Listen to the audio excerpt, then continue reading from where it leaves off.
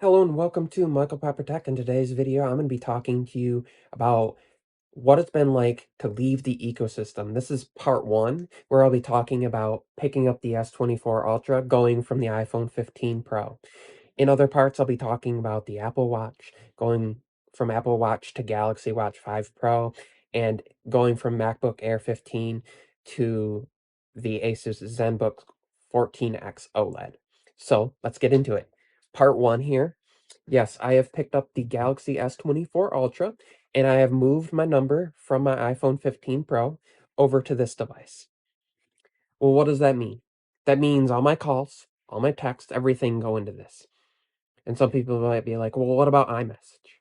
Well, for me, iMessage has always been mainly about just text. And yeah, it's nice to see when somebody has read the text and things like that.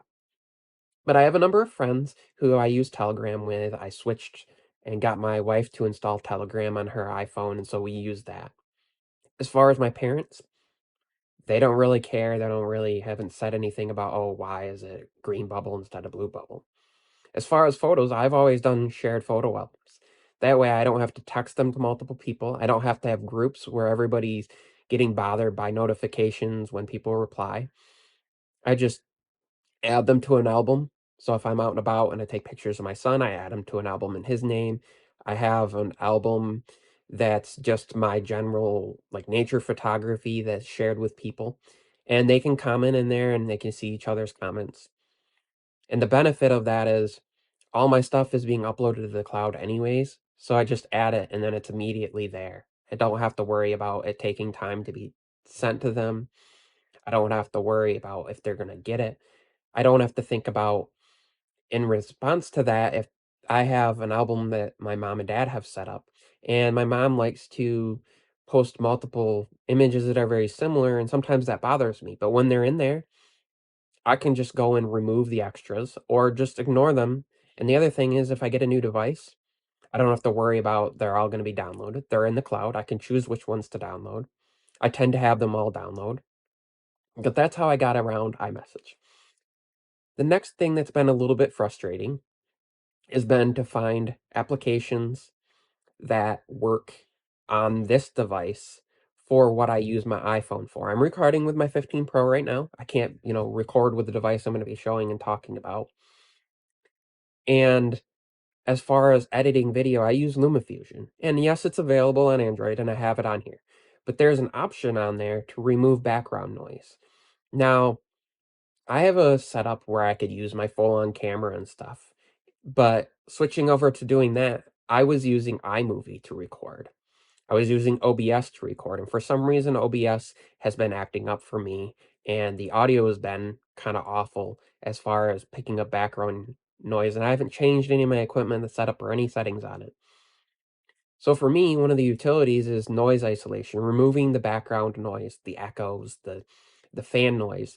And LumaFusion just has a single click and I can do that. DaVinci Resolve has a way to do that, but it tends to sound really robotic. I have other software that I've tried. When I'm making my thumbnails, I use an application called Pixelmator, and I was using that on my computer, on my MacBook. It's an Apple only kind of app. So I have that on my iPhone and I use that to edit rather than paying a monthly subscription to Adobe for Photoshop or Lightroom and things like that. And the background removal tool within that uses machine learning to do that is incredible and makes my content creation that much easier. And so finding other versions of these where I don't have to pay some monthly subscription or it's not $200 for a lifetime subscription, which is what I'm finding right now. When I paid $20 for LumaFusion, $20 for Pixelmator, and I get updates to those for life. New versions have been out. So for me, that's been part of the reason I still hold on to my iPhone. I use it as the tool. I still have my Apple Watch. And part of that is because I'm doing comparisons. I have data that gets fed up to my app that my doctor's office uses, and I need that to be accurate. And I also need to know that what data is transferring over, and Samsung Health does not sync with that. So I have to figure out that process right now. And sometimes it's nice to have multiple watches. So sometimes I throw that one on, maybe when this one is on the charger, or just kind of doing some comparison things. And occasionally, this one has been having some issues, and it's not the hardware. It was with an update where sometimes the ECG doesn't scan, doesn't want to work. Sometimes the oxygen level will sit there, and I'll do what they tell you to do, put your arm on the table, and all that stuff. And it will fail multiple times over and over again, and I can't be having that. So when I need to do those things, I grab the Apple Watch. But the Apple Watch sits there on the charger. The iPhone sits there on the charger, apart from when I'm using it as the tools. So that has been my journey with switching from the iPhone to this as far as those things. Now, camera-wise, let's get into that a little bit. First, I'll say that this takes excellent photos when you have enough light.